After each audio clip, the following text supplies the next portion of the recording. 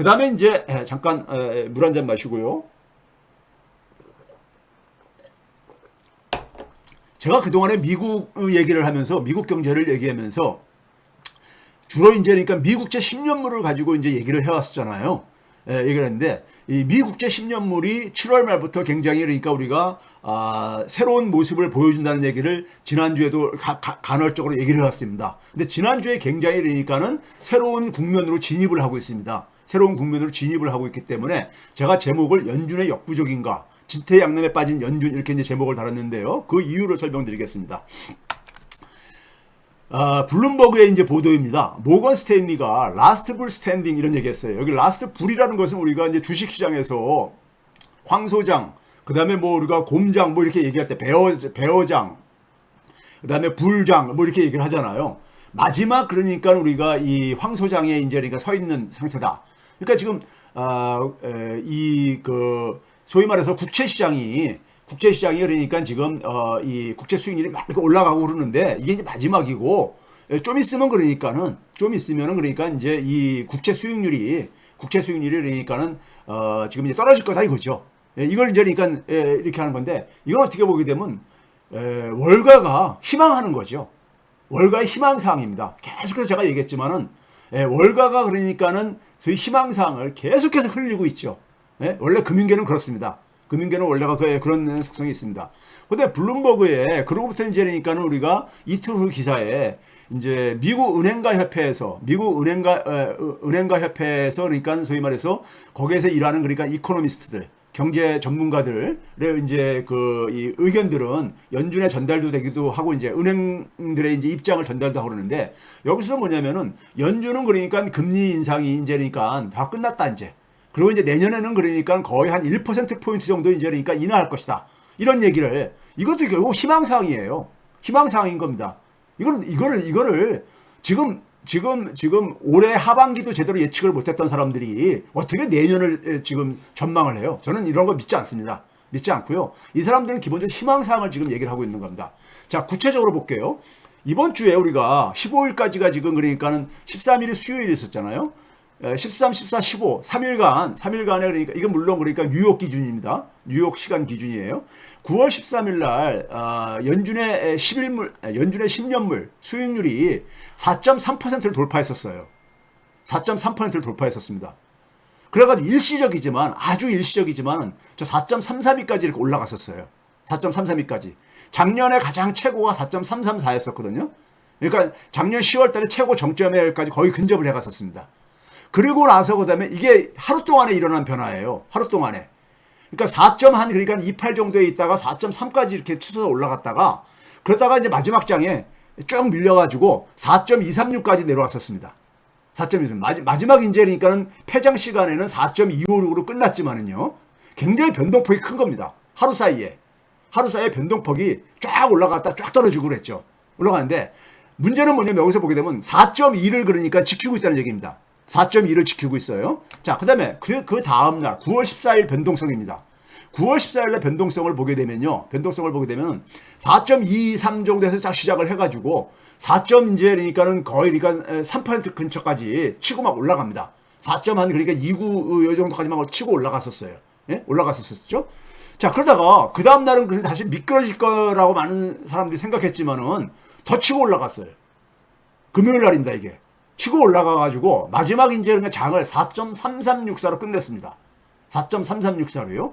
이 4.3364가 지난해 정점을 돌파한 겁니다. 지난해 10월달에 정점을 돌파한 거예요. 국채 수익률이 이렇게 올라갔다는 얘기는 무슨 얘기냐? 국채 가격이 폭락하고 있다는 얘기죠. 미 국채 가격이 폭락하고 있다는 겁니다. 미 국채 가격은 미 국채를 매수하려고 하는 세력과 팔려고 하는 세력과 공급하는 세력과의 이 싸움이거든요. 지금 기싸움인데 소위 말해서 그러니까는 살려고 하는 세력들이 밀리고 있는 거죠. 그렇죠?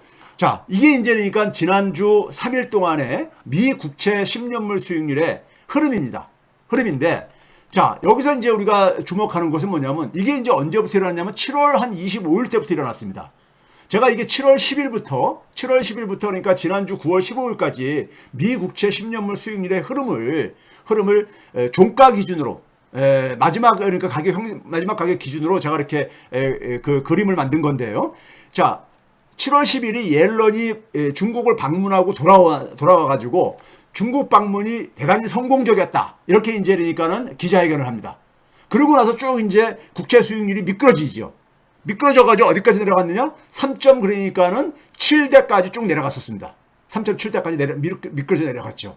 4% 위에까지 올라갔던 것이 쫙 내려가 버렸습니다. 4% 밑으로 관리하는 것이 그러니까는 이 4% 밑에서 그러니까는 안정적으로 유지되는 것이 월가의 희망사항이거든요. 월가의 희망사항이고 연준의 희망사항이거든요. 그래서 3.7대까지 쭉 내려갔던 거예요. 옐런의 그 메시지가 내려내 가지고요. 그런데 7월 이제 그러니까 우리가 말부터 7월 한 25일 때부터 이제 치고 올라가기 시작합니다. 올라가기 시작해가지고 9월 15일, 지난주 9월 15일까지요. 4.3364까지 치고 올라갔는데 문제는 이 추세 속에서 우리가 흔히 이제 보는 게 뭐냐면은 올라갔다 내려갔다 이제 변동을 하는데 내려왔을 때 그러니까 내려왔을 때 저점이요. 내려왔을 때 저점이 그러니까 8월달 들어서 가지고는 4.2를 그러니까는 방어하고 있다는 얘기입니다. 4.2 밑으로는 안 내려가고 있다는 얘기 있는 겁니다. 제가 이걸 유심히 살펴봤어요.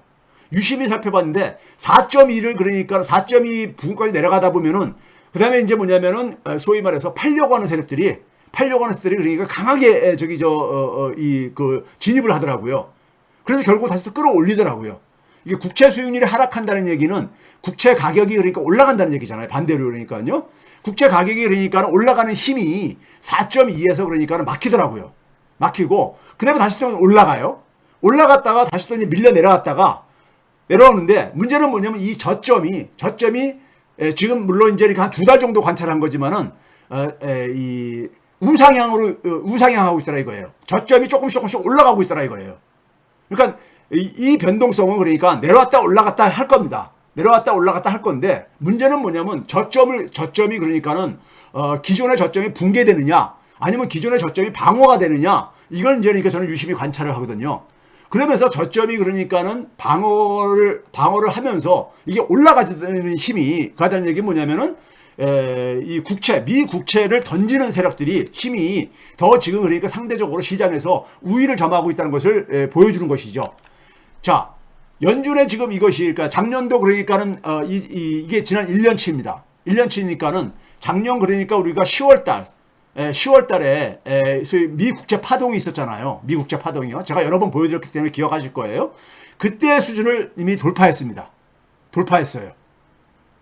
그러니까 3월 달 수준을 돌파한 건 은행위기가 있었던 3월 달 수준을 돌파한 건 물론이고 작년 10월 달 수준을 돌파를 했어요. 돌파를 했거든요. 자, 이 상황을 그리는데 문제는 뭐냐면 연준이 할 수 있는 게 별로 없다는 것에 저는 이제 주목을 하고 있습니다. 자, 지금 4.3364가 어느 정도 수준이냐면요. 2007년 10월달 수준입니다. 금융위기가 터지기 직전의 상황입니다. 물론 그때는 그러니까 한 5%까지도 한때 올라가고 그랬습니다. 올라가고 그랬는데 금융위기 이제 전 단계로 제가 그랬잖아요. 미 국채 장기물은 그러니까는 소위 말해서 금융위기 이전 상태, 금융위기 때보다도 훨씬 더 낮은 상태 속에서 그러니까 형성되고 있다고 제가 그동안에 누차 얘기를 했었죠. 그런데 드디어 장기물도 그러니까 금융위기 이전 수준으로 그러니까 지금 치고 올라가는 겁니다. 금융위기 이전 수준으로 지금 돌아가고 있는 거예요. 그런 점에서 금융시장의 긴장감은 굉장히 그러니까는 지금 커지고 있다. 저는 이렇게 보고 있는 겁니다. 보고 있는 것이고요. 자, 그 다음에 이제 뭐냐면은 사람들이 최근에 이러한 그러니까 미 국채 수익률의 이 큰 폭의 상승에 대해서 이거 굉장히 큰 폭의 상승입니다. 큰 폭의 상승이에요. 그러니까 지난 일주일 혹은 3일 만에 그러니까 올라간 폭치고는 굉장히 큰 폭입니다. 빠른 속도예요. 이것을 전문가라는 사람들이 해석을 하는 데 속에서 지난주에도 제가 언급했지만은 연준의 금리 추가 인상이 남아있기 때문에 그런 게 아니냐 이런 식으로 해석을 해요. 그거 웃기는 소리입니다. 제발 좀 웃기는 전망들 좀 그만 좀 하세요. 작년 11월 1일부터요 올해 7월 19일까지 그러니까 소위 말해서 국채 수익률이 올라가기 전까지 굉장히 미국채 수익률이 안정성을 유지할 때였었어요. 4% 밑에서요. 지금 제가 여기 그림으로 보여드리고 있잖아요. 4% 밑에서 안정적으로 유지가 될 때 이때 연준의 금리가요 얼마가 올라갔었습니까요? 2.25%포인트나 올렸었어요. 작년 11월 이후에요. 11월 1일 이후에 2.25%포인트. 그런데도 평균은 뭐냐면 3.7%도 안 됐습니다. 형성이 안 됐어요. 미국제 10년물 수익률이요. 그러니까 굉장히 안정됐잖아요. 그러니까 장기 금리, 연준의 금리를 올려도 장기 그 국채 수익률은 안 올라갔었어요. 이거 통제가 됐던 거예요, 이게. 예? 이게 바로 뭐냐면 달러의 힘이 작동된 거죠. 달러의 힘이. 연준이 그러니까 이걸 방어할 수 있을 것이다. 이런 믿음이 그러니까 시장에서 먹혀 들어갔던 거죠. 그런데 지난 7월 20일부터 두 달도 안 되는 시기에 이때는 어떻습니까? 연준이 금리를 동결한 기간이에요. 연준이 금리를 동결한 기간에 평균은 그러니까 4.14%로 올라갔거든요. 4%를 넘어섰거든요. 그리고 계속 올라가고 앉아있잖아요. 예? 계속 올라가고 있잖아요. 그런 점에서 금리 인상과 관계가 없는 거예요, 이건요. 금리 인상 전망과는 관계가 없는 거라는 얘기입니다. 첫 번째는요. 두 번째, 그 다음에 이제 물가가 최근에 그러니까는 이 물가가 오르는 건요. 한국이나 미국이나 유럽이나 다 마찬가지입니다. 일본도 마찬가지고요. 유가 효과가 그러니까 사라지면서 나타나는 현상이에요. 나타나는 현상입니다. 이건 예고됐던 거였잖아요. 그래서 8월 달에 소위 말해 소비자 물가 상승률이 7월 달에 비해서 다시 반등을 했죠. 3.2에서 3.7%로요. 예? 반등을 하고 했는데 이거는 기본적으로 소위 말해서 여전히 뭐냐면 물가 상승 요인이 서비스 물가라든가 이런 것들이 여전히 그러니까 높은 수준을 유지를 하고 있고 그다음에 서비스에서 굉장히 한 3분의 1 비중을 차지하는 임대료 상승률도 여전히 7%이기 때문에 높기 때문에 이게 그러니까 쉽게 그러니까 물가가 통제되기 쉽지 않다고 제가 얘기를 했던 거잖아요. 그러니까 그동안에 이렇게 쭉 떨어졌던 것은 5%에서 4%에서 3% 떨어졌던 것은 유가 효과예요. 유가. 작년에 그러니까 유가가 많이 올라갔던 시기에 비해 가지고 올해 유가가 좀 상반기에는 떨어졌었잖아요. 그 효과인 겁니다. 그렇기 때문에 10월달 전후로 해가지고 다시 그러니까는 물가는 다시 인플레는 다시 반등할 이 가능성을 제가 전망을 했었잖아요. 그런 점에서 물가 흐름을 가지고 오히려 뭐랬습니까? 금리 동결 근거로 얘기했잖아요. 그동안에 전문가들이요. 근데 물가가 최근에 조금 상승했다고 해가지고 그래서 미 국채 수익률이 올라가는 걸로 갑자기 해석을 바꿔. 이거는 있잖아요. 이거는 있잖아요. 아마추어적인 지적입니다. 이런 지적은 진짜 너무 아마추어적인 지적이고 일반 사람들을 굉장히 혼동시키는 겁니다. 임금 증가율도 둔화되고 있거든요. 그런 점에서 이거는 인플레 요인이 아니에요. 미 국채 수익률이 이렇게 급등하고 있는 것은 금리 인상 전망도 아니고 인플레 상승 전망도 아니에요. 인플레 높았을 때도 굉장히 지난해 연말과 올해 상반기에도 인플레 높았을 때도 미 국채 수익률은 안정이 유지가 됐잖아요. 예? 이게 같이 지금 돌아가고 있지 않다니까요. 자, 그 다음에 세 번째는 뭐냐면은 이게 이제 그러니까는 저는 이제 주목해서 보는 겁니다. 시장의 유동성이 굉장히 충분해요. 돈이 많다 이거예요, 시장에 돈이 굉장히 많습니다. 이게 뭐냐면 연준이 있잖아요. 연준이 올해 3월 달에 은행위기 있었잖아요.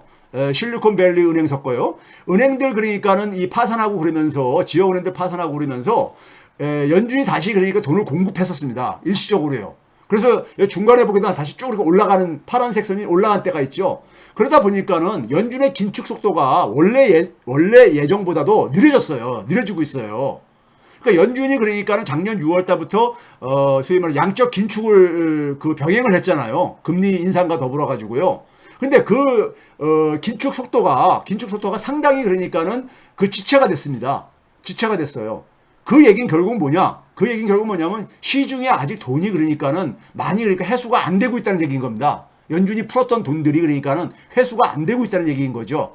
예? 4조 5천억 달러 이상 푸는 것 중에서 그동안에 이제 해수한 규모가 그러니까 한 7천억 달러 정도뿐이 안 되는 정도니까요. 아마 한 8천억 달러 정도 안 되니까요. 그런 점에서 그러니까는 디레버리징이 굉장히 지체되고 있다. 예? 시중에 돈이 굉장히 많다. 돈이 많다는 얘기는 뭘 얘기하는 겁니까? 국채 가격이 만약에 앞으로 그러니까 국채 가격이 그러니까 떨어질 것 같다면 국채를 지금 사야지요. 예? 예? 국채 가격이 오를 것 같다면 사야지요. 돈이 없어서 안 사는 게 아니라 이거예요, 시장에 돈이 없어서 그러니까는 그러니까는 이 매수 힘이 약한 게 아니라 이거예요. 예? 시장에 돈이 없어서.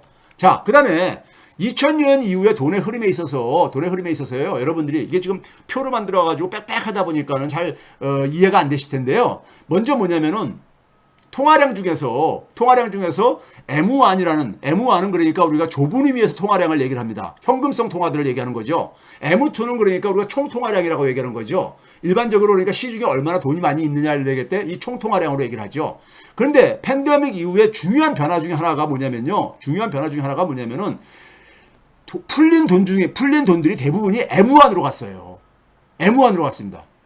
팬데믹 이후에 M1이 14조 5천억 달러나 증가했어요.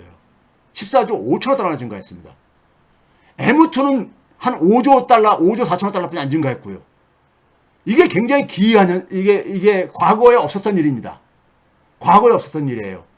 연준이 그러니까 푸른 돈의 규모는 GDP 대비 30%가 아직도 넘는 수준인데 그 풀린 돈의 상당 부분이 M1으로 갔다는 얘기입니다. M1. M1은 어떤 통화라고요? 현금성 통화들입니다. 언제든지 현금화할 수 있는 돈들이에요. 즉 시장에 뭐냐면은 현금성 자산이 그러니까 굉장히 풍부하다는 얘기인 겁니다. 시장에 언제든지 현금화할 수 있는 자산들이 그러니까 시장의 여건만 되면은 주식시장에 그러니까 투입할 돈, 그 다음에 뭐냐면 국채시장에 투입할 돈들은 넉넉하다 이거예요. 돈들이 굉장히 넉넉한데 이게 그러니까는 왜 국채시장에 안 들어가지냐 이거예요.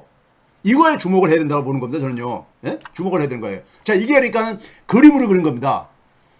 2009년, 그러니까 금융위기 이후부터 최근까지 네, M1과 M2의 흐름이에요. 대개 보게 되면은 시중에 돈이 많이 풀리게 되면요. 되게 되면 M2로 되게 이제 그러니까 이게 흡수가 되어집니다. 총통화량으로요.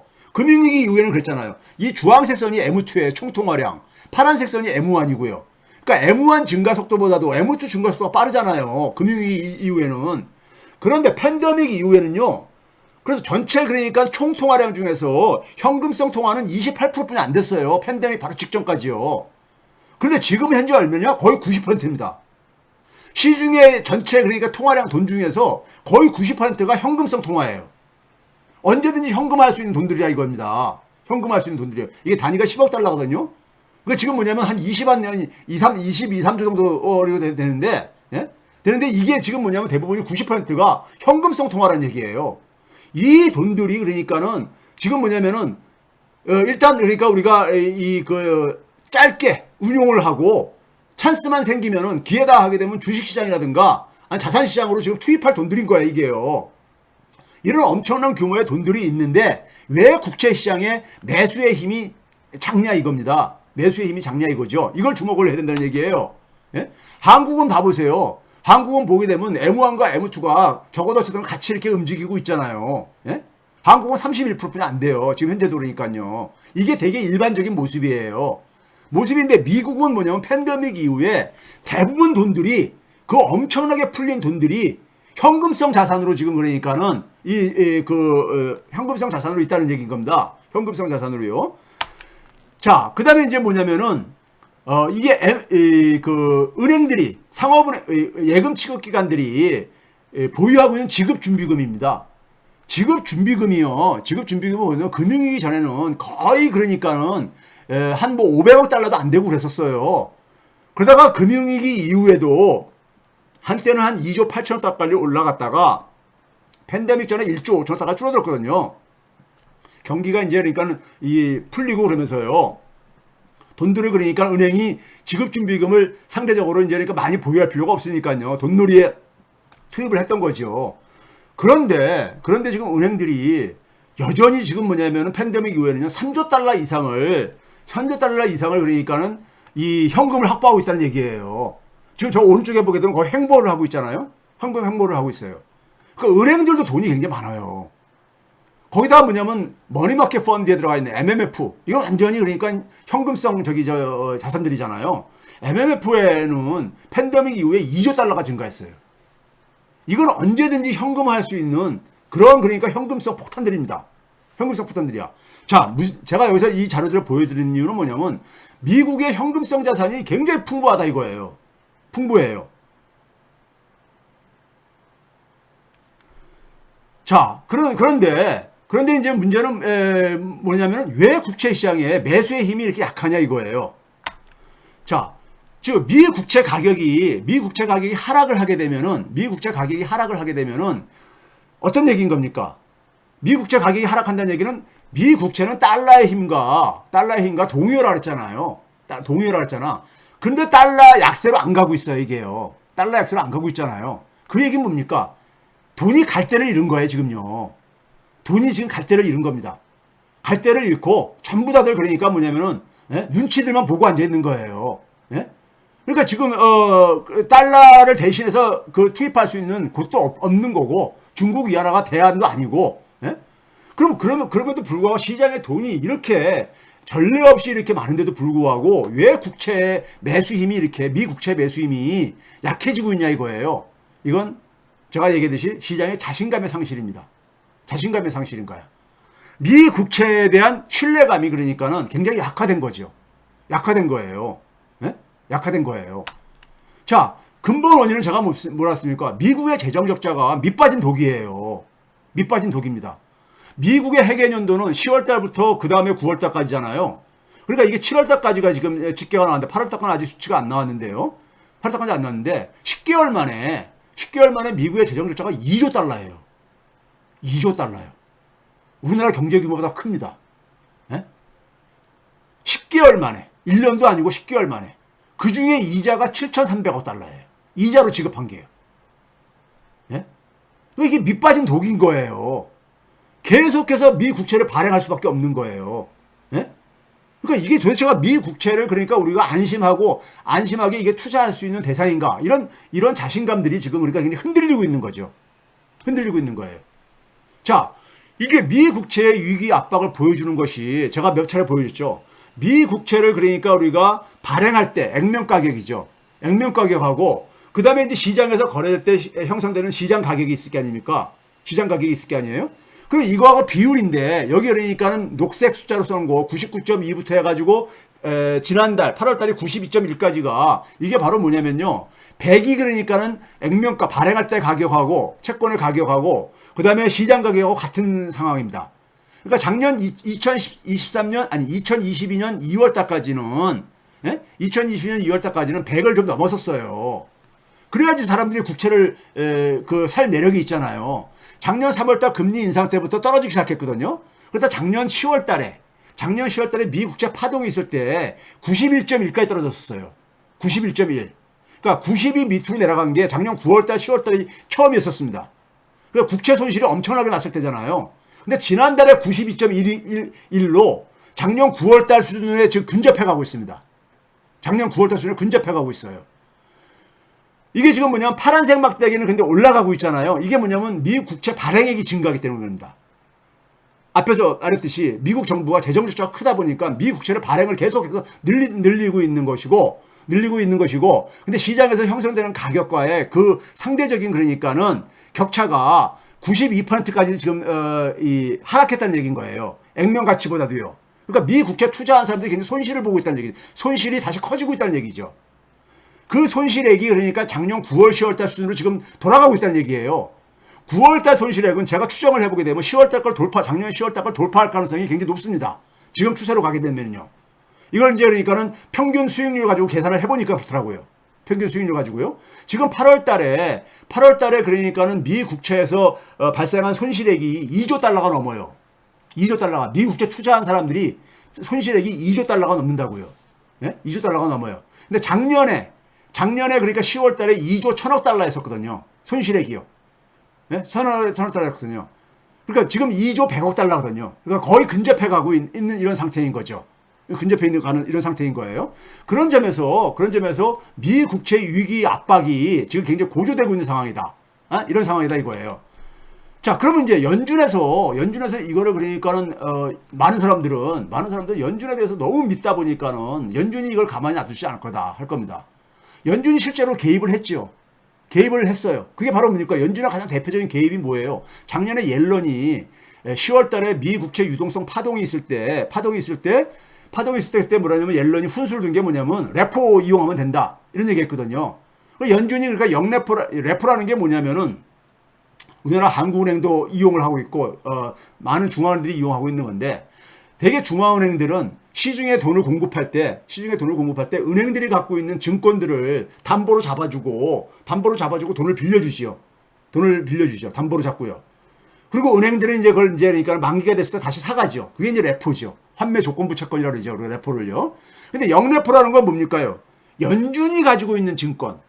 연준이 가지고 있는 증권의 가장 대부분은 뭡니까? 미 국채잖아요. 물론 MBS도 일부 있지만 국채잖아요. 미 국채를 은행에다가 담보로 주고 돈을 차입해 오는 겁니다. 연준이 거꾸로요. 그게 영레포죠.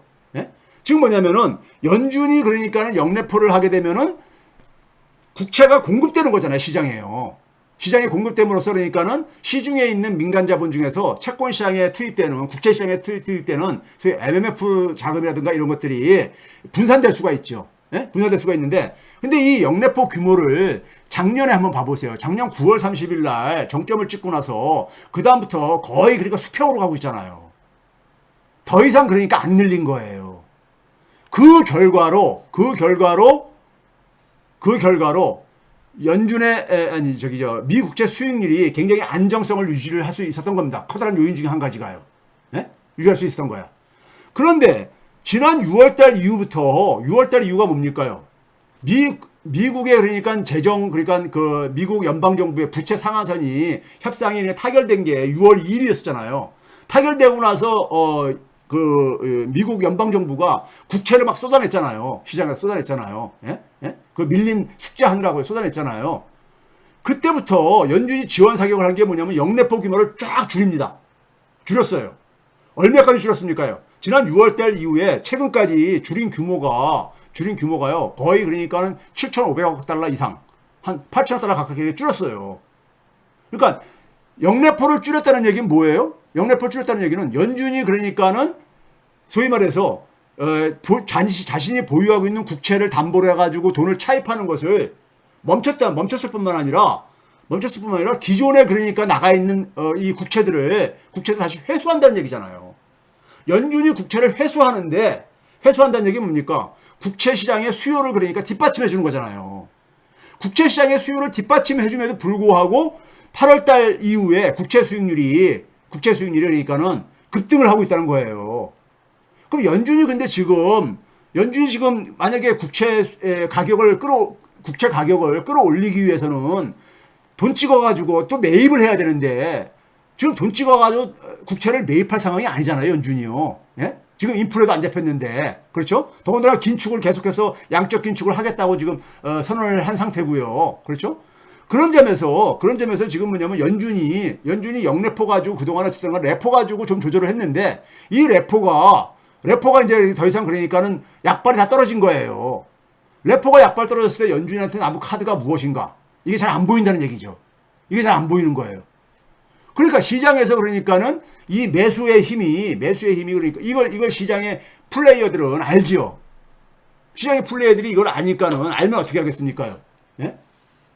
결국은 그러니까 매수의 힘이 그러니까 한계에 직면했다는 것을 알면은 더 베팅을 하겠죠.